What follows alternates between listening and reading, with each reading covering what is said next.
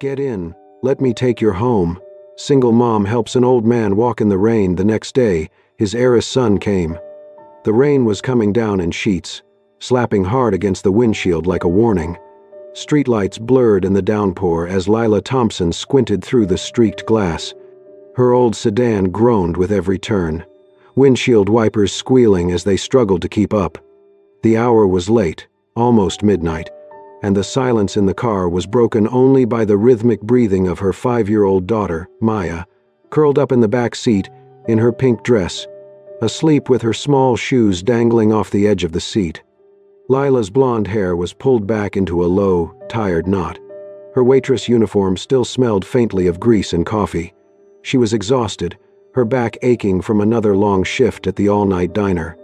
All she wanted was to get home, dry off, and sleep for a few hours before the next day started all over again. Then she saw him. At the edge of the sidewalk, barely visible in the downpour, an elderly man stood hunched under the weight of the storm. He had no umbrella, no raincoat, just a soaked wool blazer clinging to his thin frame. One hand gripped a lamppost for balance, and the other trembled as he looked down at a phone, clearly dead or without service. Lila's foot eased off the gas. She hesitated. This part of town was quiet, but not unfamiliar. Still, helping strangers in the middle of the night was something the world had taught her to be careful about. Her hands tightened around the steering wheel. But then she saw his shoulders shake, not from the cold, though he was clearly freezing, but from fatigue, maybe even fear. Lila sighed softly and pulled the car over. She rolled down the passenger window halfway. Cold rain blew in immediately. "You okay out here?" she called out. The man turned slowly, blinking through the water dripping from his brow. His voice was hoarse but calm. I got turned around. My phone died. I thought I could make it, but I am not as young as I used to be." Lila studied him. His clothes were soaked through, shoes covered in mud, but there was something dignified in the way he held himself. Not just old, but gentle, lost. She leaned over, unlocked the door, and gave a small nod. "Get in," she said quietly. "Let me take you home." He hesitated for just a moment. Then, with a slight nod of thanks, he opened the door and lowered himself into the seat. Rainwater pooled on the floor mat beneath him. Lila turned the heater up, though she knew it barely worked. The silence between them was broken only by the sound of the storm until the man spoke again, his voice a little clearer now. "You did not have to stop," he said. "I know," Lila replied, keeping her eyes on the road. "But I could not just drive past someone's grandpa melting in the rain." That earned a faint chuckle. "Walter," he said after a pause. "My name is Walter." "Lila," she responded. "And the sleeping beauty in the back is Maya." Walter turned slightly, smiling at the little girl curled up peacefully. "She reminds me of someone, long ago." They drove in silence for a few blocks before Lila asked for his address. When he gave it, her eyes widened slightly. It was in one of the most affluent neighborhoods on the edge of town. Still, she said nothing. As they approached the gated street, she followed his quiet directions until they reached a large brick home nestled behind trimmed hedges and glowing porch lights. The rain had not let up. Lila parked and glanced at the walkway. A wide puddle had formed just in front of the steps. Walter made a move to open the door. "Wait," Lila said gently. She stepped out first, dashed around the car, and opened his door for him. Then she carefully led him around the puddle, her hand under his arm to steady him. She walked him up to the front door and did not leave until she saw the lights turn on inside. Walter turned to her before stepping in. His eyes, though weary, were kind. "You never asked who I was," he said softly. Lila shrugged. Did not seem important. He smiled, deeply moved. She nodded once, then turned and walked back to her car, rain soaking her hair, the faint glow of his porch light behind her. It had been a long night, but for the first time in a while, Lila felt like she had done something right. The morning came far too soon. After getting home close to 2 a.m., Lila had only managed a few hours of restless sleep. Her bones still ached from the long shift, and the storm still echoed faintly in her ears. The soft snores of Maya in the next room were the only comforting sound as she shuffled around her small apartment, half awake. By 6:45, she was out the door again, clutching Maya's tiny hand and a pink umbrella. Maya, in her signature pink dress and matching backpack, gave her mom a sleepy smile as they walked through puddles toward the local daycare. Lila kissed her forehead, lingered a little longer than usual at the door, and then sprinted back to her car. She was already late. The diner where she worked stood on a busy corner of town, small, greasy, always a little too loud. Lila had worked there for 4 years.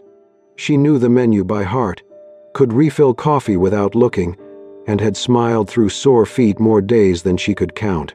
She burst through the back door of the kitchen, wet hair plastered to her forehead, her uniform still damp from yesterday's storm. Her apron was bunched under one arm as she tied it in a hurry. She was 15 minutes late. "Carter!" The manager's voice snapped like a whip across the kitchen. Lila froze. Steve Simmons, the manager, was standing by the counter, arms folded tightly across his chest. His eyes were already narrowed. "I warned you," he said loudly enough for the customers to hear. "I know, I'm so sorry." Lila rushed forward, breathless. "There was this man last night. He was lost in the rain. I couldn't just—" Steve raised a hand to silence her, the corner of his mouth curling. "Save it," he said. "You think helping someone gives you a pass to stroll in whenever you like? This is a job, Carter, not a charity." She lowered her eyes. "I've never been late before. Please, it was just—" "I said save it," he barked. "You want to tell sob stories, go to church, you're done here." There was a silence. Even the sound of the sizzling griddle seemed to pause. Customers turned to look. One woman in a booth put down her fork slowly. Steve stepped forward, voice rising with theatrical flair. "You think good deeds pay bills? Lila, kindness doesn't fry eggs or clean booths. You've been warned. Get out." Her mouth parted slightly, stunned. "I've worked here 4 years." "Exactly," Steve snapped. "And in 4 years I've seen people who actually take the job seriously. Hand over your apron." Lila untied it slowly, her fingers trembling. She laid it gently on the counter, refusing to let him see her break. She turned to leave. "Wait," Steve added with a mocking grin. "Try not to be late to your next charity gig." A few customers chuckled under their breath. Others looked away, uncomfortable. Lila walked through the front of the diner, past the booths she'd served for years, past the coffee station where she always kept extra sugar for the regulars. She did not notice the older man sitting alone in the far corner booth, watching quietly behind silver-rimmed glasses. Walter Weston stirred his tea slowly, his gaze fixed not on the menu, but on Lila's retreating figure. Outside, Lila paused under the diner's awning. The sky was overcast again, her shoes were soaked through, her hands clenched at her sides. She had done the right thing last night. She was sure of it. But today, it cost her everything. Behind the glass, Walter reached for his wallet, placing a generous tip on the table. Then, without a word, he rose and walked toward the exit. His eyes followed the woman in the rain. The story was just beginning. It was nearly noon when the knock came. Lila stood at the sink, rinsing a spoon, still dressed in her faded jeans and a loose gray t-shirt. Maya was coloring quietly at the small kitchen table, humming to herself, oblivious to her mother's worn expression. The knock came again, firm but not forceful. Lila wiped her hands on a dish towel, hesitant. No one ever came by unannounced. She opened the door. A man stood on the porch, tall, early 30s, clean-cut with a calm presence that caught her off guard. He wore a navy coat, rain still clinging to the shoulders. His eyes, a shade of thoughtful blue, met hers directly. "Miss Thompson?" he asked. "Yes," she replied, cautious. "I'm Julian Weston. My father is Walter." She blinked. It took her a moment. "The man from the storm." He gave a slight smile. "That's the one." She stepped aside, unsure whether to invite him in or not. Julian didn't move forward. "I hope I'm not intruding," he said, glancing past her at Maya, who was now peeking from behind her coloring book. "I just wanted to say thank you. My father told me everything. What you did for him, it meant more than I can explain." "I really didn't do much," Lila said quietly. "Just gave him a ride." Julian shook his head. "You saw someone struggling and helped without asking anything in return. That's rare." She folded her arms slightly. "Is he okay?" "He is now," Julian nodded. "But he's had a rough few months. He recently came home from a hospital stay and, truthfully, he's been quieter than usual, more distant." He took a breath before continuing. "He asked me to come find you, said he wanted to invite you and your daughter for lunch, and he hoped you might consider working with us, just part-time." Lila raised an eyebrow. "Doing what?" "Nothing medical," Julian quickly clarified. "He doesn't want a nurse. He wants someone kind, someone who'll sit with him, help with tea, maybe read to him, remind him to take his medication. Light things. He says being around you made him feel human again." Lila hesitated, glancing at Maya, then back at Julian. "I appreciate it, but I don't have the credentials for something like that." Julian's voice softened. "You don't need a degree to make someone feel cared for." There was a silence, broken only by the soft scratching of Maya's crayons. "I'd pay you properly," Julian added. "Flexible schedule, 3 afternoons a week, if that works for you." Lila looked down at her bare feet, then up again. She had just lost her job. Rent was due next week. Groceries were already getting tight. But it wasn't just the money. There was something sincere in Julian's voice, something grounded. No pity, no agenda, just a quiet offering of a different path. She nodded slowly. 3 days a week. I can try." Julian smiled, relieved. "Thank you. He'll be thrilled." From the kitchen, Maya's small voice piped up, "Can I come too?" Lila laughed under her breath. "I think we'll have to ask Mr. Walter." Julian glanced at Maya, then back to Lila, and said warmly, "I think he already has his answer." He handed Lila a small folded note, an invitation written in Walter's handwriting, elegant and old-fashioned. She held it gently, her heart unexpectedly full. As Julian stepped off the porch, he turned once more. "You gave him something he hadn't felt in a long time," he said. "Hope." Lila closed the door behind her and looked down at the note in her hand. For the first time in days, she smiled. It was a quiet Saturday afternoon when Lila and Maya arrived at the Weston estate for their first visit as more than just guests. The large, ivy-covered home stood tall and elegant, but not intimidating in the way Lila had feared. The front door opened before she could knock. Walter greeted them with a warm smile, dressed in a cozy cardigan and soft slippers. "You came," he said simply, as if he had doubted it until this very moment. Julian stood behind him, his sleeves rolled up, a dish towel over his shoulder. The faint scent of rosemary and baked bread drifted from the kitchen. "I cooked," he said, almost awkwardly. Walter chuckled. "By cooked, he means he supervised the oven." Julian smiled faintly, then stepped aside and gestured. "Come in." The dining room was simple, not lavish, just a long oak table with 4 place settings, fresh flowers in a mason jar at the center. Maya climbed into her chair without hesitation, legs swinging. Julian, without a word, pulled out the chair for Lila, then gently placed a small piece of roasted chicken on Maya's plate, adding a spoonful of mashed potatoes. Lila noticed the quiet attentiveness, how he checked the temperature of the food before offering it to the child, how he poured water for everyone before serving himself. Walter watched them from across the table, eyes misting slightly. Midway through the meal, he reached across the table, placing his hand gently on Lila's. "You reminded me who I was, before the money," he said. Lila blinked, unsure what to say. Then quietly, she answered, "Sometimes all you can offer is a ride home, but it might be everything to someone." After dinner, while Maya drew pictures at the coffee table, Lila followed Walter into his study. The job began simply. She read aloud from his favorite book of short stories. Later, She helped him fold some linens, made a pot of chamomile tea, and sat beside him in the sunroom while he talked about his late wife, about raising Julian alone, about the long pauses of loneliness wealth could not fill.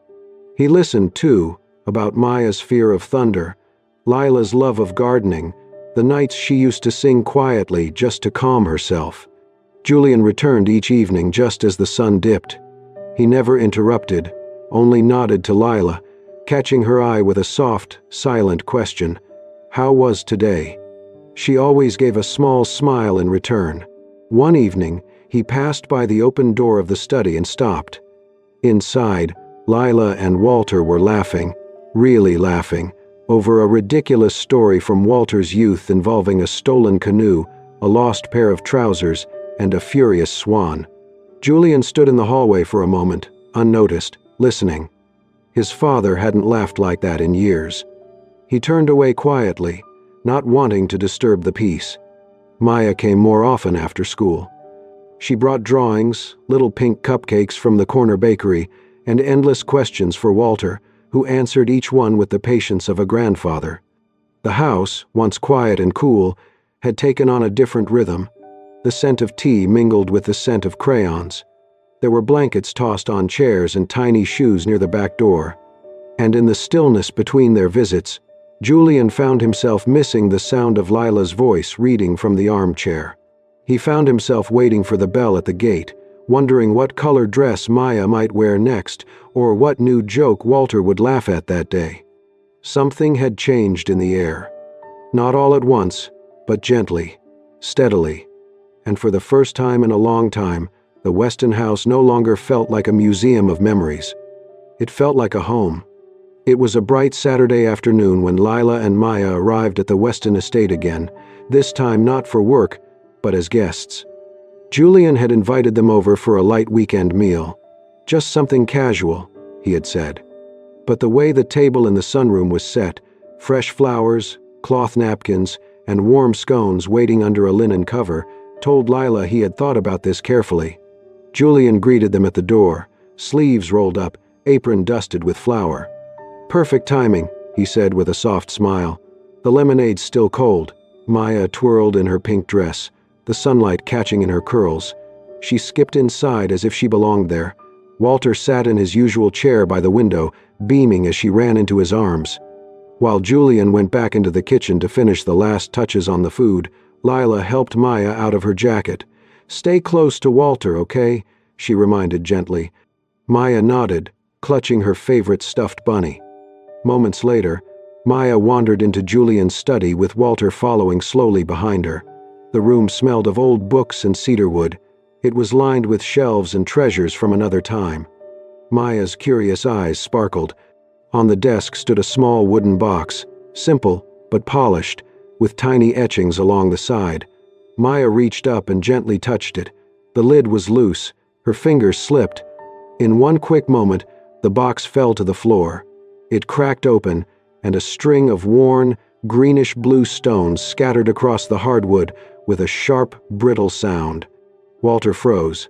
Maya gasped. "I didn't mean to," she whispered, eyes wide.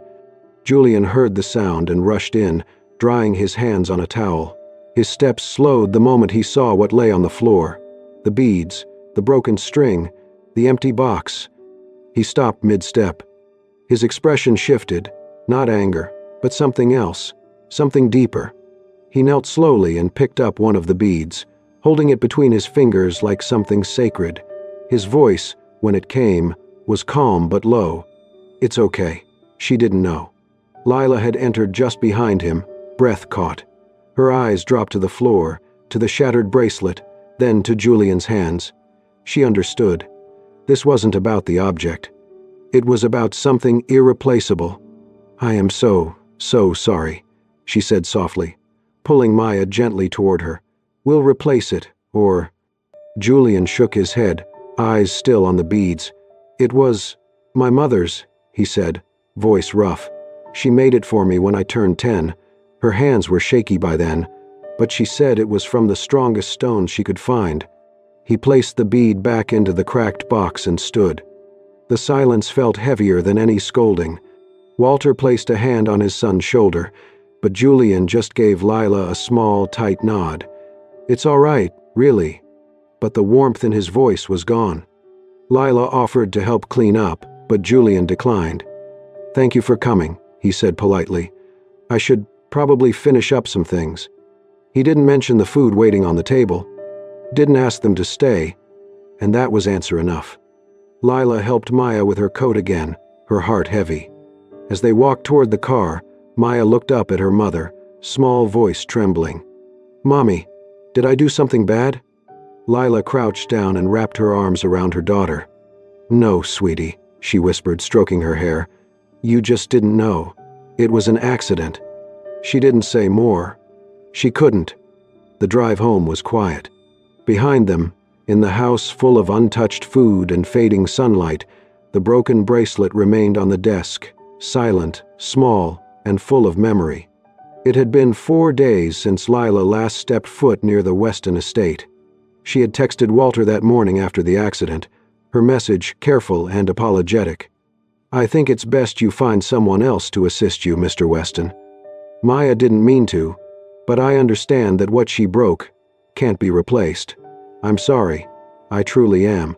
Walter didn't reply right away, and when he did, it was only 2 words, "You matter." But Lila still didn't return. Julian had read the exchange on his father's phone. He didn't blame her, not really. But the silence in the house since they left had settled in like fog, thick and unshakable. The house was too quiet. He found himself looking toward the garden window at the exact time Maya used to arrive. He noticed things he hadn't before, how the light in the hallway felt colder without the sound of her laughter, how the dining room table stayed set but unused. Walter noticed it too. One afternoon he said gently, "You've been staring out that window for 20 minutes, son." Julian shrugged, not looking up from his coffee. Just thinking. It rained that afternoon. A steady, thoughtful kind of rain that tapped softly against the glass like a question. Meanwhile, in their small apartment across town, Maya sat cross-legged on the living room rug, threading small plastic beads onto a stretchy string. Her tongue stuck slightly out as she concentrated.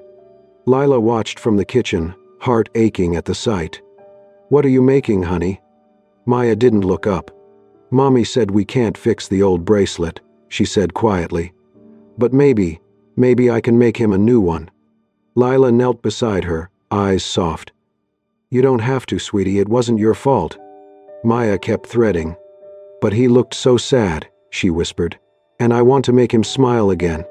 When the bracelet was done, a messy, colorful loop of mismatched plastic beads, Maya held it up proudly. Then she grabbed a scrap of paper and a purple crayon, writing in big, uneven letters, "I'm sorry I broke your shiny bracelet. I made this one for you. It's not shiny, but it's full of love. Love, Maya, 5 years old." Later that evening, they knocked on Walter's front door. Not Lila, but Walter, returning the favor. She opened the door cautiously.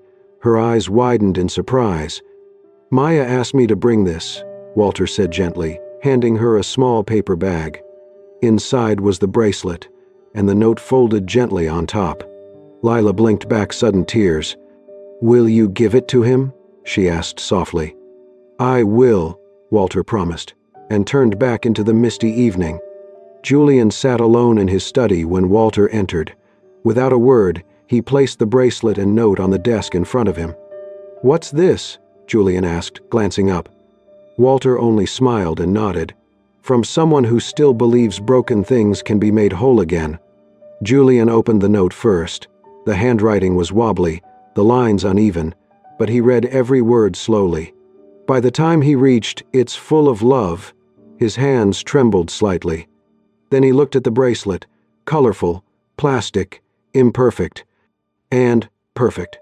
He sat back in his chair, the bracelet cradled in his hand like something sacred. A single tear slid down his cheek before he could stop it. The grief that had lived quietly in him for years shifted. For the first time, he wasn't crying because he missed his mother. He was crying because love, pure, undeserved love, had walked into his life again, through a child who did not owe him anything. It was dark when he arrived at Leela's apartment. The hallway smelled faintly of old paint and rain. She opened the door, surprised. "Julian?" He didn't wait. He gently took her hand. "I was angry," he said. "Not at Maya, not even really at the bracelet." He looked her in the eyes. "It was important. But people are more important." She didn't speak. "I missed you," he added. "Both of you." A small pair of feet padded softly down the hall. Maya peeked from behind her mother, eyes wide and hopeful. Julian crouched to her level, pulled something from his pocket, and held up her plastic bracelet. "I am wearing it tomorrow," he said, smiling, "and every day after that." Maya grinned and threw her arms around him. Lila couldn't help it. She cried. This time, it was not from guilt, not from fear. It was from the feeling that maybe, just maybe, they were already home. The rain returned on a Sunday afternoon, soft, steady, and warm like a memory.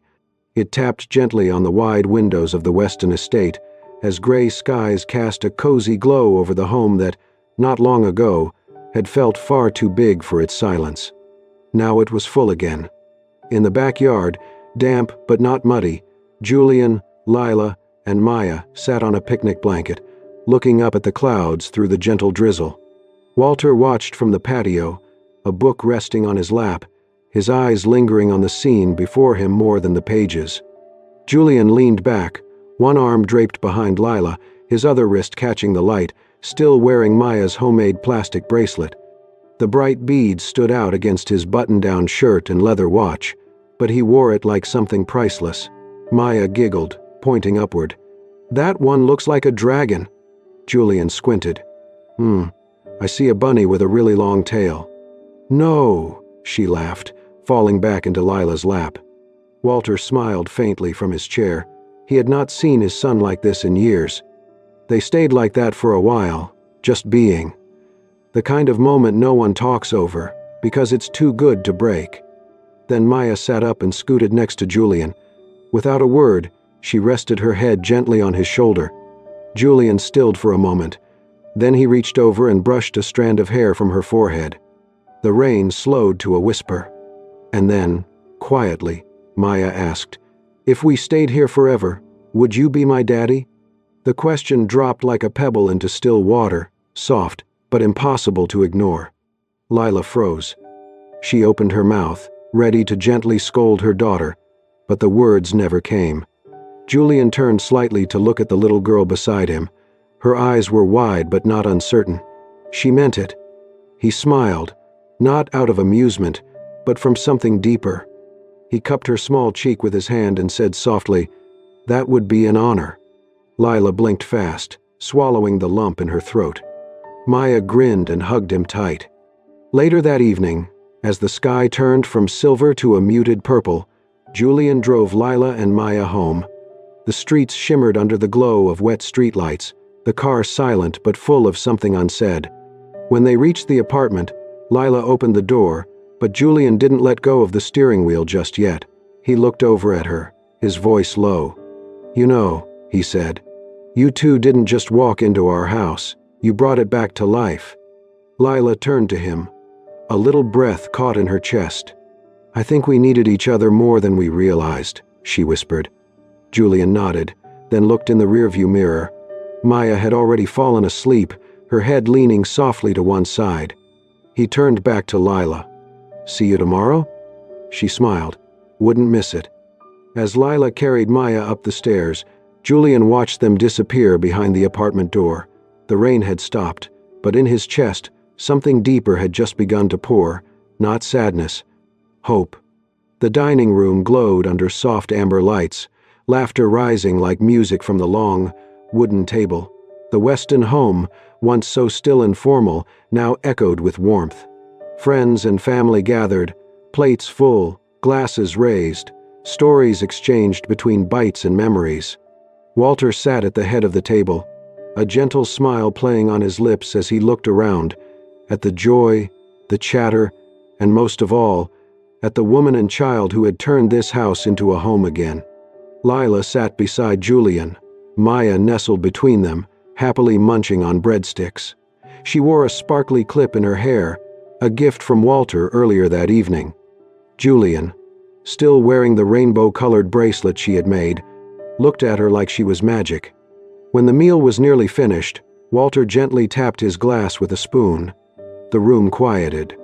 "I know we usually save toasts for holidays or weddings," he began, voice steady but full of feeling. "But tonight is special, because my son has found something rarer than wealth. He's found a family." Lila's hand paused on her napkin.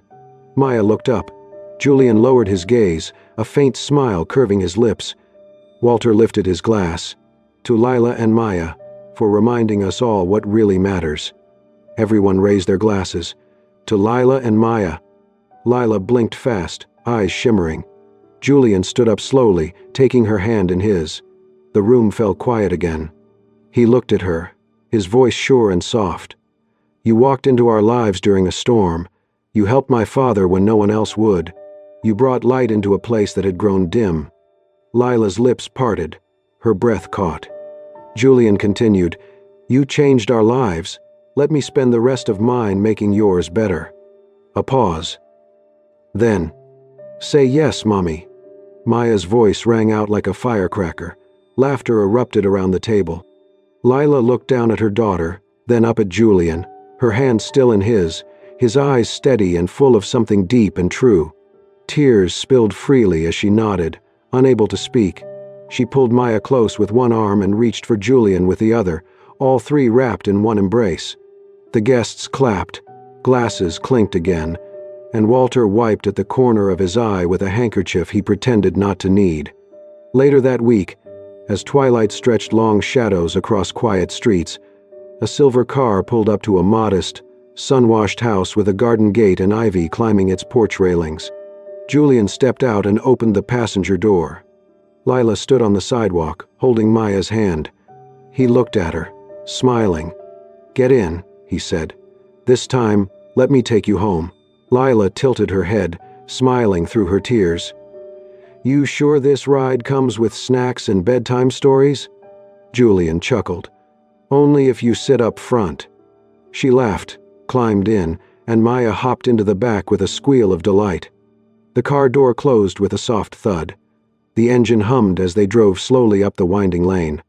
As the car faded into the driveway, the camera slowly pulled back, wide, gentle. The three of them walked toward the front door, hand in hand, silhouettes against the golden light spilling through the windows. Above them, the clouds parted just enough to let a sliver of sunlight through. The storm had passed, and in its place was something whole.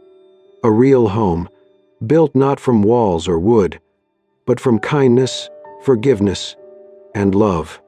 Thank you for joining us on this heartfelt journey. Sometimes, all it takes is one simple act of kindness, one ride home in the rain, to change the course of a life, or three. If this story touched your heart, if it reminded you of the goodness that still exists in unexpected places, we'd be honored if you'd subscribe to Soul-Stirring Stories. Hit that hype button to show your love and help us share more stories that inspire, heal, and bring people closer together. Until next time, stay kind, stay hopeful, and never underestimate the power of a single, selfless choice.